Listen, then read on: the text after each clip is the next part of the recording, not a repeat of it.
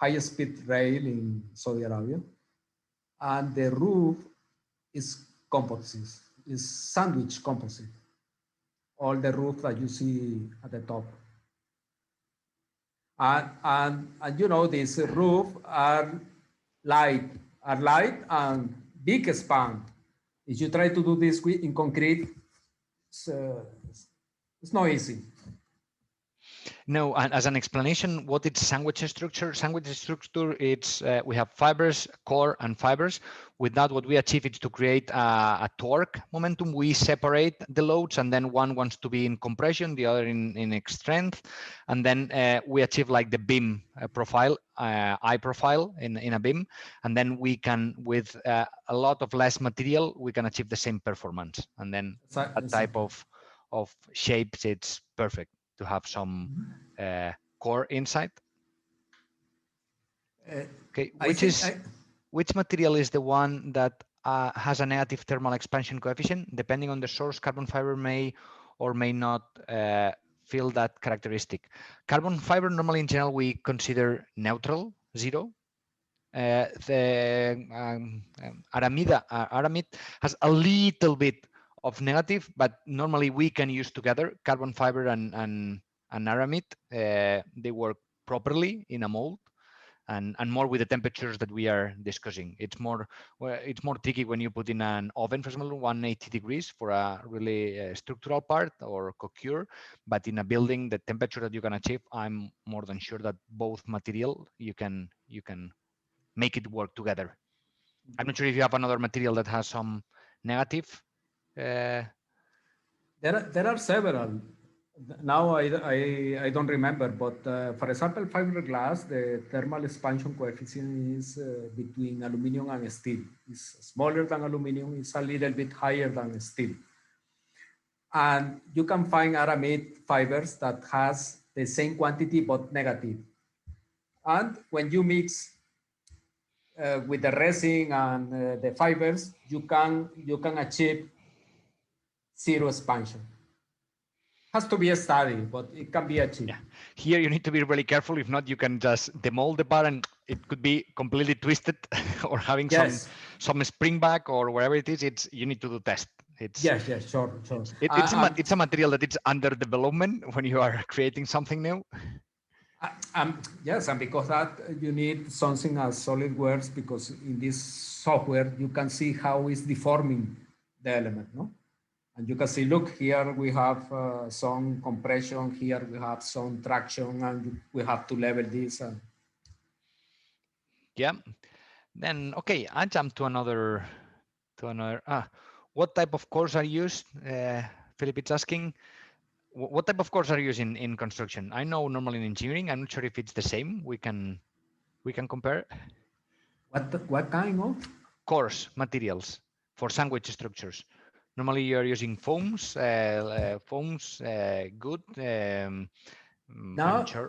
honeycombs. Honeycombs are widely used now because are very resistant. And you can have honeycombs made in phenolic resins, for example, that resist fire very good.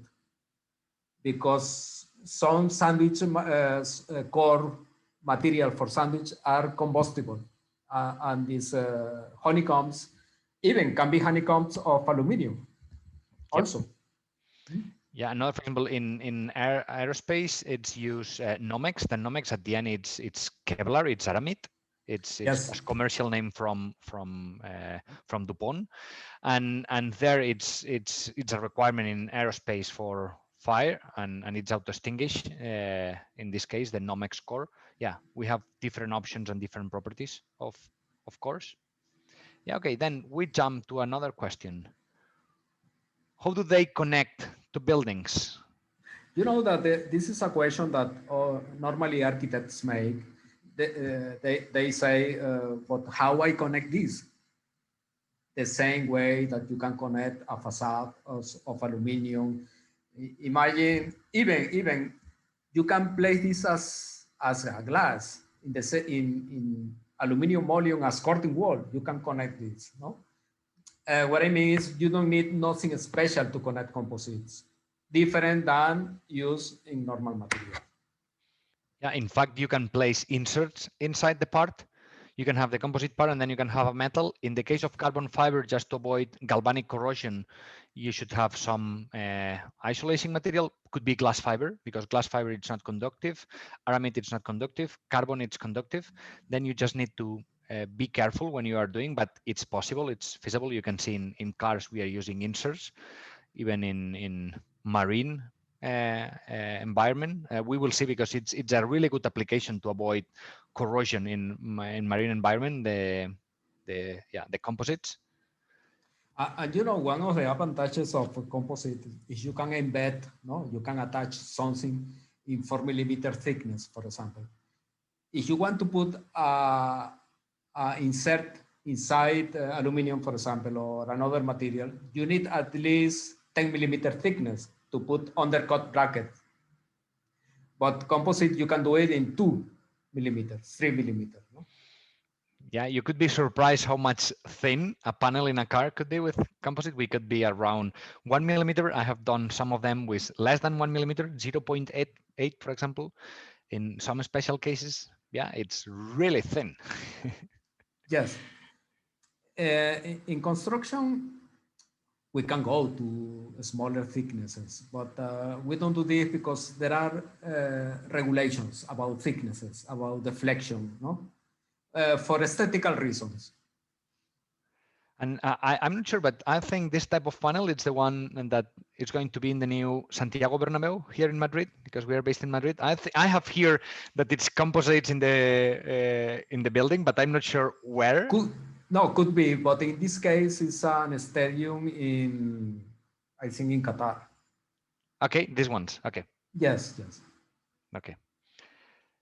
Okay, another question. How do we know when to use them? I would say always. You know that composites not always are the cheapest when you compare kilogram of material, okay?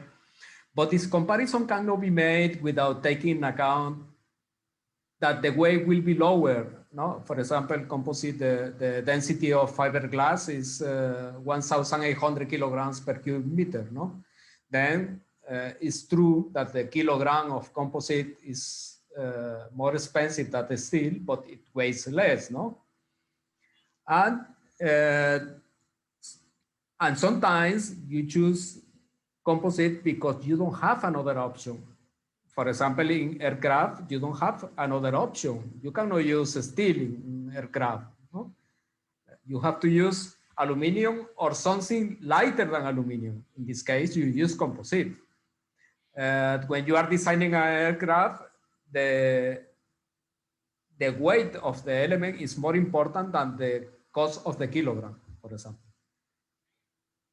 And for example, this curve that you have in front here, this curve belongs to the University of Cambridge. And it's a very nice system to choose material because you compare, how I can tell you, two different things.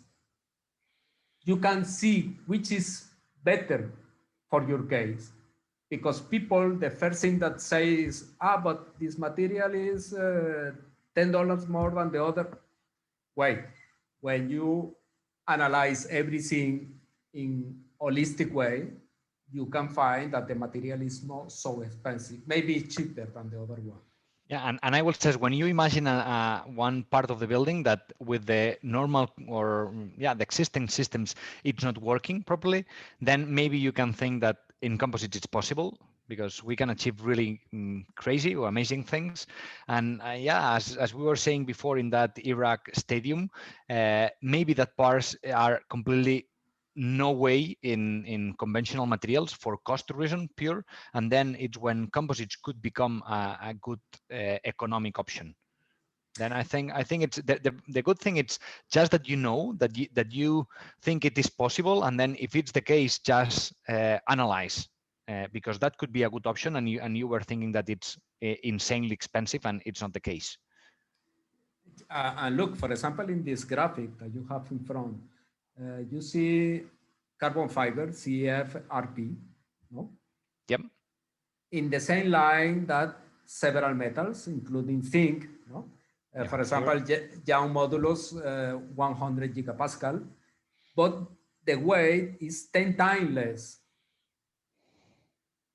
It means that, for example, in this case, using carbon fiber, you will get the same elasticity module of several metals, but weighting 10 times less. Yeah, just as a reference, in steel we're 7.8 in density.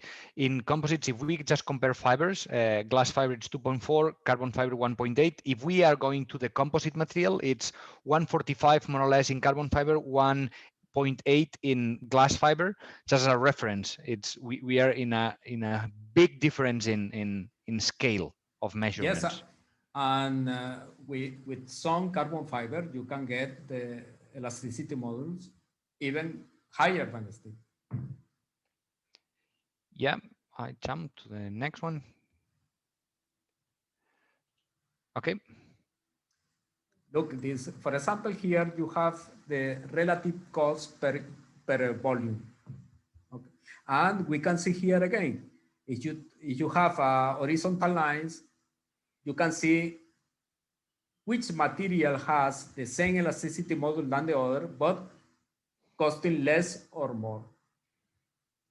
For example, UFPC, carbon fiber, you see the cost per volume is smaller than other metals. Yeah. You can imagine, for example, for a marine environment where you need to use stainless steel for some applications in metal, you can go for composite material. Yes, you can. For example, the stainless steel, is the highest point of the value, but coincide with UFPC, coincide with carbon fiber. Then you can replace stainless steel with carbon fiber, for example. No? Okay, and I'm jumping to another question. What are the composites used in architecture? I think we have mentioned some of them, but just to exemplify some more. Virtually all. Reinforced concrete is a composite. ACP, aluminum composite. This is what the people see more frequently in facades is aluminum, polyethylene aluminum. This is a composite. GRP, and UFPC, GFRC. I think this building is GFRC, what you have in front. Yeah. Yes. This is UFPC, is ultra high performance concrete. You see how you can make this thin, in Arabic, musarabilla, no? These screens and this furnishing so thin, no? You can make this with this concrete. And what it's concrete, but what has inside? Has short fibers, long fibers, carbon? What type of? Inside, you can put whatever you want in fibers. Some people, I said before, use steel, aluminum, fiberglass, carbon fiber. You can use whatever you want. What you calculate and you find is better for you, you can use it. Okay, Luis, we have another question from Moab. What are the tolerances in comparison to other verticals in this industry? Normally, we use typical values. For example, when we are working with GFRP, we use the same tolerance for aluminum. We use 1 millimeter per meter, for example. You can use these values. Of course, are not exactly the same, but are very similar. Okay, I think it will depend more in the manufacturing process and how we finish the part, because in car industry we can arrive to really precision. It's more on the CNC machine that ends the part. In case of fine tolerances, than it's more about calibration than what the material could allow. Yes, when you make a mold with this CNC, the mold is almost perfect. No? Then you have tolerances in installation, because you can make a perfect piece, but then you find that the building is not perfect. No? The people who works with concrete, they works in centimeters, and the people who works with composite works in millimeters. No? Then you will find some differences, but you can adapt, you can comply with the ISO code for tolerances. I don't remember the name, but there is a ISO code for tolerances in construction. No? They tell you warping, in lengths, angles, how much has to be independently of the material. But with this material, you can achieve this. Okay, nice. And one last question. Any other use in construction other than architecture? Composites are widely used in civil engineering. The repair of bridges, as you are seeing in this photo, they are placing carbon fiber below the beams. Structure in general, pipes. You reparation of pipes is very common. You can repair the pipe. I see in the photo. Okay. Yes. For example, in this case, they put the fiber outside, but I have repaired pipes placed 20 meters under the ground, putting a sleeve into the pipe with hot water. The hot water makes that the sleeve is adhered to the tube, and in some hours you have the fiberglass sleeve inside the tube. This is widely used in refineries and this kind of factories. Yeah, I think I was the other day in a conversation where they're saying that here in Madrid, the Isabel Canal Segunda, that it's where the water, once they had a project or they were doing a bidding for 12 kilometers of reinforcement with composite material. Yes, it's perfect for that. Imagine in an avenue you have a pipe 10 meters down and you have to make a trench in La Castellana, for example. Yeah. No?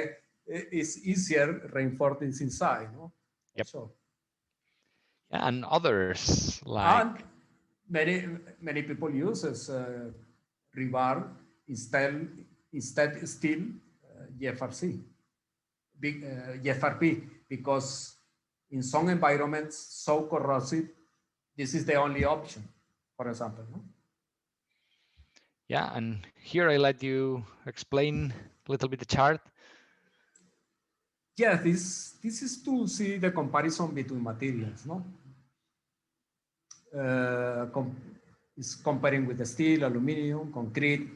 GRG is gypsum mixed with fibers. GFRP is fibers with resins. USPC is ultra high performance concrete, stone, marble, and GRC is concrete with fibers. And you can see here the differences in, for example, you see the resistance in the tensile of steel 275 is a normal steel, and GFRP can be 220. It can be. And carbon fiber can be more than steel in tensile. Yep, much higher. Okay, and now I think that, yeah, that's the last question. To sum up, why are they widely used today? I think composites are being used more and more for a simple reason. There is no other option. No? Mechanical, aeronautical, civil engineers are subjected to continuous stress, find solutions because the clients are bringing you each time more complex issues. No? The guy design an aircraft and give to you. Okay, design the wings for this. And it's very rare, very complex, composite. And the architects, they are thinking in something very complex, and you have to answer this. Therefore, I say that the future material engineering will be based mainly in composites. Yeah, and I think we have missed a lot of things because I'm sure that a lot of furniture, for example, or stairs indoors or other type of applications, they could be perfectly done. Today they are done, for example, in boating industry.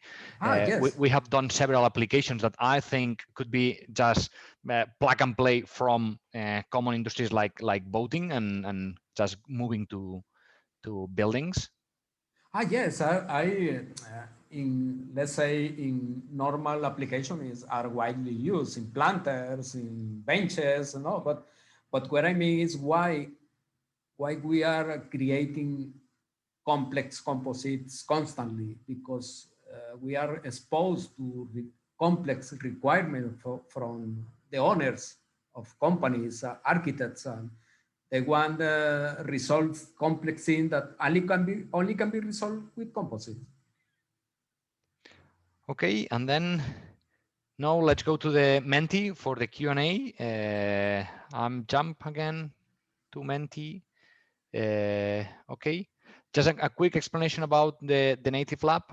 As I was explaining, the native lab, it's a merge between the composite experience that we have in managing composites, and then we created that together with some learning experience andragogy, that it's like learning for adults, and how we can transmit that knowledge properly. And here it's leading Tommaso, that has been in the starting of the session.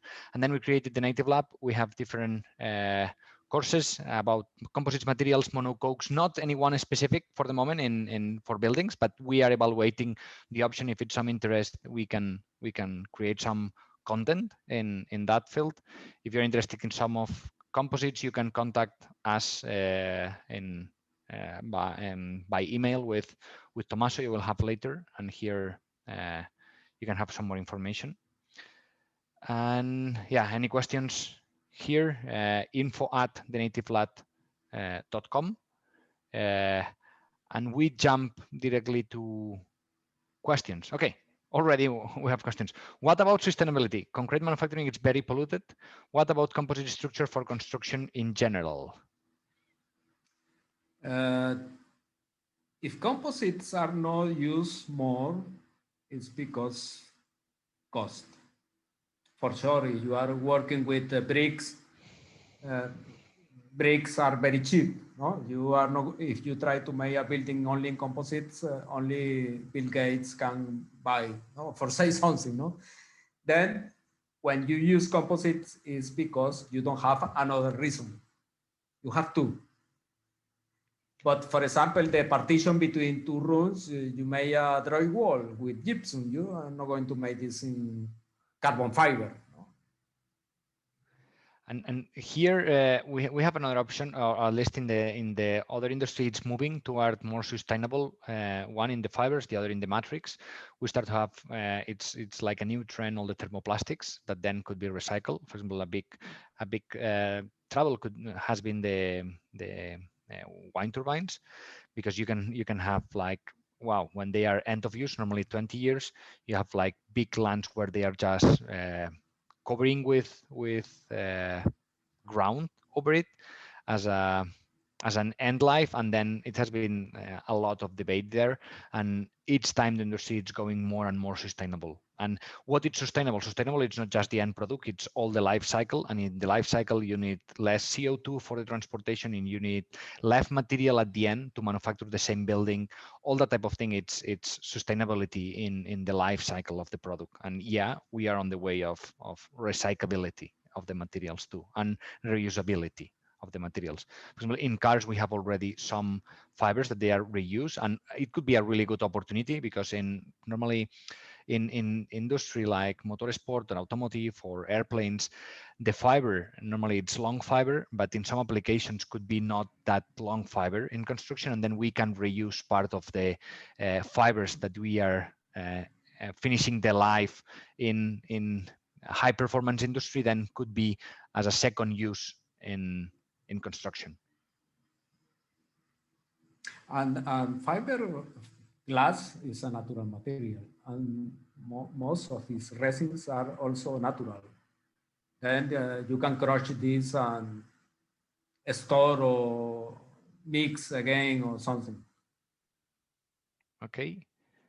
Next one, about metal in composites, they are used in the core instead of Nomex. Yeah, you have some aluminum honeycombs that could be used in the core. It's the only way that I have seen using core materials, aluminum core materials. I'm not sure you have some other use in mind for cores that it's not aluminum honeycomb, Luis? Aluminum honeycomb is used, but not too much because price. Yeah. You know, Just, the core of the panel sandwich is only subjected to shear forces. And maybe you don't need to use a strong material in the core, except each space you put a rigidizer to absorb shear forces. But you can use foam. The problem is foam is combustible. No? yeah. Okay, what is the finish type? What are fire requirements? How it is achieved? Uh, I'm going to give you the example of European codes. Okay, the European code for fire in facades is BS3D2. Okay, uh, fiberglass with fire retardant complies with this perfectly. Okay, and just an example, we have pipes in the industry for F1, the pipes over 1,000 degrees, they are with composites. Composite is a really wide wall. No, and you have in the subway, in the trains, in everywhere you have this. The finish type, normally you use gel coat. Gel coat is it's a kind of painting, let's call it this way. No, it's not painting, but and it's thicker than normal painting. It's normally is 400 microns, 600 microns. Painting is 80 microns. But the finish can be whatever you want. If the guy who makes the mold is an artist, he can make good, and you this is good. Yes, depends. No, sandy surface can be done.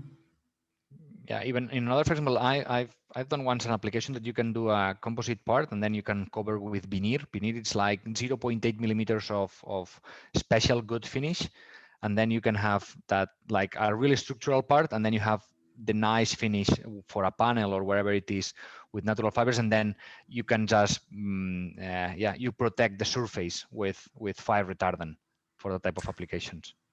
Some people call the composite after. So some Yep. people do this. Yes. Probably it is spray up chopped grass fiber.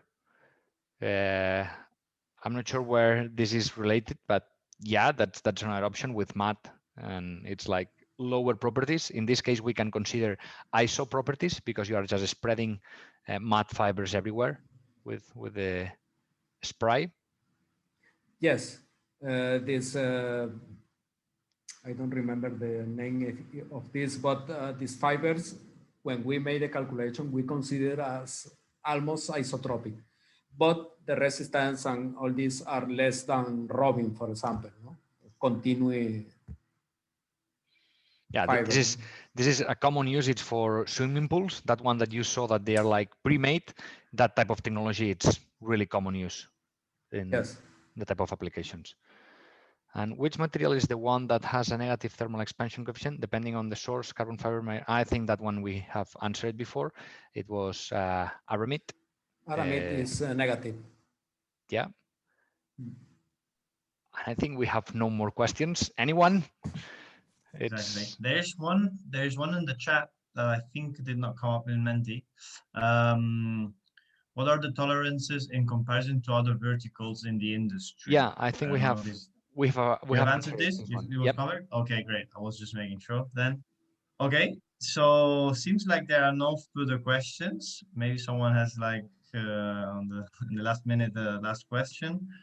Otherwise, thank you very much, Luis and Yuk, for the You're welcome. webinar, which was kind of interview, kind of debate. It was interesting to have the comparison between, well, the composites in architecture, but then also composites in other sectors, which we are more used to in managing composites, so to say. And yeah, thank you everyone for joining. Oh, there you go.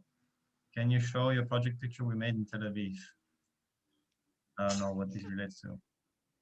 I don't know which one it is. We did one in Tel Aviv, but it was not with architecture. It was an airplane. Then I think, That's Luis, it's for you. I don't know.